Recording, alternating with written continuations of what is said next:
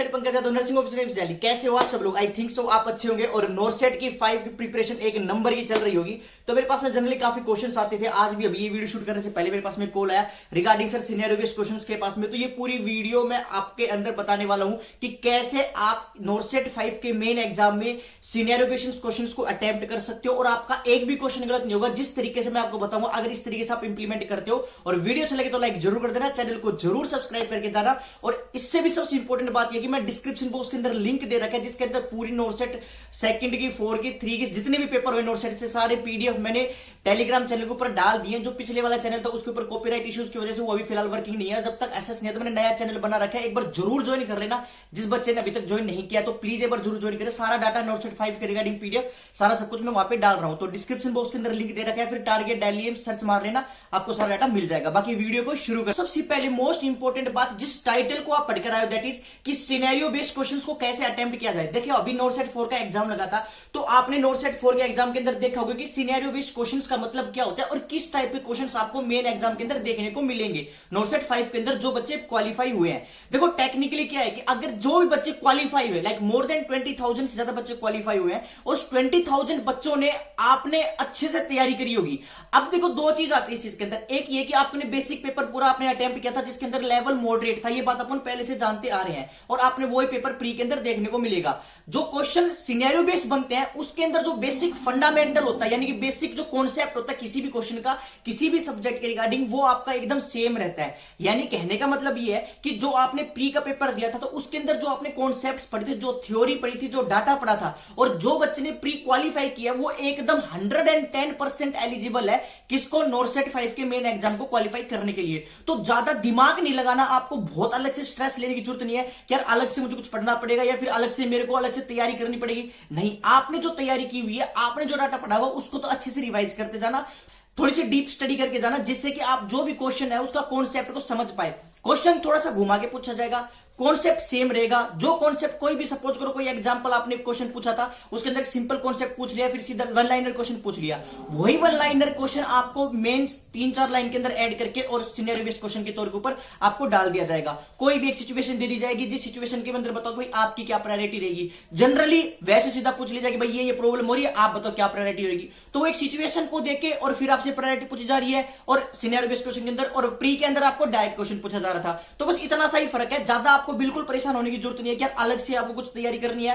मोस्टबी के काफी सारे क्वेश्चंस आप वो निकाल सकते हो, एनक्लेक्स के सारे क्वेश्चंस निकाल सकते हो, जो मैं ऑलरेडी टेलीग्राम चैनल के ऊपर डाल ही रहा हूं, वो सारा सब कुछ आपको वहां से डाटा मिल सकता है। और फिर भी अगर आपको ऐसा लगता है कि प्रैक्टिस करनी है तो 99 रुपीज के अंदर मैंने medical science complete test series दे रखी है, संकल्प नाम की, आप जाकर देख सकते हो, चेक कर सकते हो, प्ले स्टोर से एप्लीकेशन को डाउनलोड कर सकते हो। जो भी आपको डाटा लगे, जो भी आपको सिनेरियो बेस्ड क्वेश्चन है, सब कुछ उसके अंदर ऐड करवा रही है। मिनिमम प्राइस में मैक्सिमम डाटा मैंने दिलवाया है, जिससे कि आपकी बेस्ट आउट ऑफ बेस्ट तैयारी हो पाई, प्लस में इसके अलावा आप अपने गोल को अचीव कर पाए। जो क्वेश्चन मेरे से आप जनरली पूछ रहे थे रिगार्डिंग नोरसेट के बारे में, सिनेरियो बेस्ड क्वेश्चन के बारे में, कि आपको दिमाग के अंदर सेल्फ कॉन्फिडेंस रखना है, सेल्फ बूस्ट करना है अपने आप को कि हाँ मैं ये चीज कर सकता हूं। अगर मेरा प्री क्वालिफाई हुआ है तो मेन क्वालिफाई। जितने भी बच्चे मुझे फिलहाल देख रहे हैं, जितने भी तक ये वीडियो जाएगी, सारे बच्चे एक बात याद रखना, अपने आप से ये चीज बोलना कि अगर मेरा प्री क्वालिफाई हुआ तो मेरा मेन भी क्वालिफाई होगा। अगर मैं प्री क्वालिफाई कर सकता हूं तो मेन भी क्वालिफाई होगा। भाई स्टैंडर्ड बताता हूं मैं आपको, जो आज प्री का स्टैंडर्ड आया है ना नोरसेट का, ये स्टैंडर्ड 3-4 साल पहले सेम ऐसा ही पेपर आता था पूरा मेन का,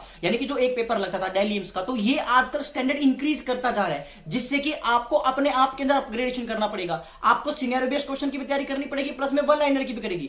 अच्छा, सबसे बड़ी बात यह है कि जिस बच्चे ने शुरू से सिनेरियो बेस्ड क्वेश्चन देखे हैं, यानी कि like NCLEX question find out किए हैं, फिर मोस्ट बीके किए हैं, तो उसका प्री तो निकला ही निकला है, प्लस में मोस्ट बीके क्वेश्चन सोल्व करने के बाद में ऑटोमेटिकली मेन की तैयारी हो चुकी है। तो जिस बच्चे ने डीप स्टडी की होगी नोट्स की, क्योंकि क्या है कि ना देखो बीच का कॉन्सेप्ट उठाता है कोई भी एक, आप अगर क्वेश्चन देखते हो सिनेरियो बेस्ड में तो बीच का कोई कॉन्सेप्ट होता है, और बीच का क्वेश्चन वही बच्चा फाइंड आउट कर सकता है जो कॉन्सेप्ट उसने पूरा पढ़ा होगा, पूरा डाटा पढ़ा होगा, पूरी थ्योरी पढ़ी होगी। याद रखना, जितनी ज्यादा प्रैक्टिस इंपॉर्टेंट है सिनेरियो बेस्ड के लिए, उससे ज्यादा इंपॉर्टेंट है आपके लिए डाटा। यानी कि अगर आपके पास में प्रॉपर डाटा नहीं होगा ना तो आप सिनेरियो बेस्ड क्वेश्चन को फाइंड आउट नहीं कर सकते, क्योंकि आपको एलिमिनेशन वाला जो मेथड है वो अपनाना पड़ेगा सिनेरियो बेस्ड क्वेश्चन को फाइंड आउट करने के लिए। जैसे सपोज करो जो भी कोई एक सपोज करो क्वेश्चन आया आपके सामने, तो उस क्वेश्चन को आपको एलिमिनेशन तरीके से अगर फाइंड आउट करोगे ना आंसर उसका, तो डेफिनेटली आप सही आंसर तक पहुंच पाओगे। ये बहुत इंपॉर्टेंट है। जितने भी बच्चे मुझे फिलहाल देख रहे हैं ये चीज ध्यान देकर के चलो। और फिर भी कोई आपको लगता है ना, तो ऊपर इंस्टाग्राम की आईडी आ रही होगी, आप मेरे पास यहाँ पे मैसेज कर सकते हो, बात कर सकते हो, फॉलो कर सकते हो। आपको जो भी डाटा है, जो भी प्रॉब्लम आती है, फिर भी मेरे से कर लेना, बात कर लेना, जो भी प्रॉब्लम आती है। मैं इंस्टाग्राम के ऊपर भी एक्टिव रहता हूँ मैक्सिमम टाइम, क्योंकि वीडियो बहुत कम डलती है मेरे से। बाकी मैं सारा सब कुछ वहीं पे डाटा भी डालता रहता हूँ, प्लस में जो भी अपडेट्स होती है मैं सारा सब कुछ वहीं पे डालता रहता हूँ। तो आप चेक कर सकते हो मुझे इंस्टाग्राम के ऊपर, जो सामने आपके पास इंस्टाग्राम की नोटिफिकेशन आ रही होगी, लाइक जो भी आपके पास आईडी शो हो रही होगी। तो इस चीज के ऊपर आप जाकर मुझे बात कर सकते हो। और थोड़ा मैसेज बाय रिप्लाई थोड़ा लेट मिलेगा, क्योंकि इतने थाउजेंड्स ऑफ मैसेज आते हैं मेरे पास daily, but still I am trying कि सभी को मेरे पास में रिप्लाई जाए। सेकंड मोस्ट इंपोर्टेंट चीज कि आपको जो सिनेरियो बेस्ड क्वेश्चन की तैयारी करनी है वो इस तरीके से करनी है जिससे कि आपके क्वेश्चन गलत नहीं हो। जो मैं आपको तरीका बता रहा हूं, इस तरीके को आप अगर एक वन बाय वन अगर अप्लाई करोगे पूरे एग्जाम के अंदर, तो आपका डेफिनेटली रिजल्ट जरूर मिलेगा। और कोशिश करना इस चीज के अंदर कि मैं ज्यादा से ज्यादा ना करूं, नहीं, सिनेरियो बेस्ड क्वेश्चन को अगर मेन के अंदर आपको सही करने और आपका सिलेक्शन लेना है और मेरिट के अंदर आना है, तो आप ये सोच करना चाहिए कि मेरे जितने हो सकते हैं बेस्ट ऑफ बेस्ट करूं। नहीं, जितना आपको क्वेश्चंस आ रहे हैं आप उतना करो। और ये बोलो अपने आप से कि अगर जब मुझे नहीं आ रहे ना, तो वो किसी को भी नहीं आएंगे। अगर आप अच्छी तैयारी करके जा रहे हो और आप तुक्के मार देते हो इस एग्जाम के अंदर, जो नॉर्थ सेट का मेन का एग्जाम लगने वाला है, 2-4 क्वेश्चन एक्स्ट्रा कर देते हो जो आपको नहीं भी आते हैं, तो भाई मैं सच बता रहा हूं, आप भाई सब थाउजेंड्स बच्चों से नीचे आ जाओगे, फिर आपका सिलेक्शन नहीं होगा। और फिर भाई आप नॉर्थ सेट 6 की तैयारी करोगे, फिर आपको वापस 6-7 महीने 1 साल वेट करना पड़ेगा। तो बेटर यही है कि एक बार तैयारी करो, पर ऐसी करो कि जो आपको आउटकम के अंदर कन्वर्ट कर दे। ये सबसे मोस्ट इंपॉर्टेंट बात है सारे बच्चों के लिए जो सच में तैयारी कर रहे हैं और सच में जो इस साल सिलेक्शन लेना चाहते हैं और नॉर्थ सेट 5 जिसका क्वालिफाई हुआ है प्री वाला।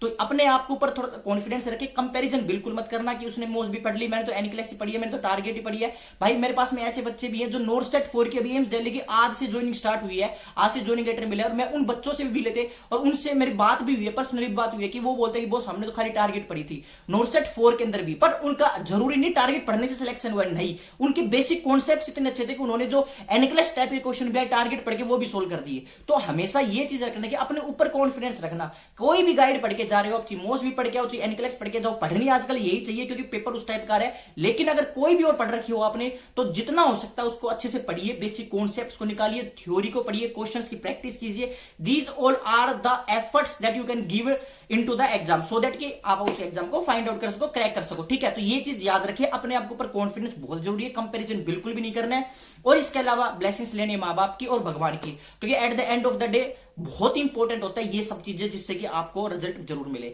अच्छा, दूसरी बात ये कि जो डाटा पढ़कर जा रहे हो उसको एग्जाम के अंदर कन्वर्ट करना इज आल्सो द सबसे मोस्ट इंपॉर्टेंट थिंग। कि पढ़ के तो दुनिया जाती है, पढ़कर दुनिया जाएगी भी, लेकिन उसको आउटकम के अंदर कितना कन्वर्ट कर पाते हो ये भी सबसे मोस्ट इंपॉर्टेंट चीज है। तो उसकी भी अच्छे से प्रैक्टिस करना है आपको, एमसीक्यू की ज्यादा प्रैक्टिस करते रहना है अपने आप के ऊपर। बस ये सोचना है कि मेरा यही 10 दिन है, 5-7 दिन जितने भी आपको पास आगे टाइम मिलेगा उसके अंदर आपको तैयारी करनी है, और टाइम टू टाइम आपको मैं गाइड करता रहूंगा, बताता रहूंगा जिस तरीके से आप तैयारी कर सकते हो। फिर भी आपको प्रॉब्लम आती है, इंस्टाग्राम की आईडी आपके सामने शो हो रही है, आप यहाँ पे मैसेज कर सकते हो मेरे पास में। टेलीग्राम के ऊपर जरूर ज्वाइन कर लेना सारे बच्चे जितने भी है। अभी मैंने वापस से नया स्टार्ट किया जिससे कि आपको वापस से सारा डाटा मिल सके, तो बिना टेलीग्राम ज्वाइन करे कोई नहीं जाएगा, सारा डाटा मैं वहां पे डाल रहा हूँ। बाकी वीडियो अच्छी लगी तो लाइक जरूर कर देना, चैनल को जरूर सब्सक्राइब करके जाना। बाकी मिलते हैं नेक्स्ट मोटिवेशनल वीडियो में, तब तक खुश रहे, माँ बाप का नाम रोशन करते रहे। जय हिंद, जय भारत और जय भोलेनाथ।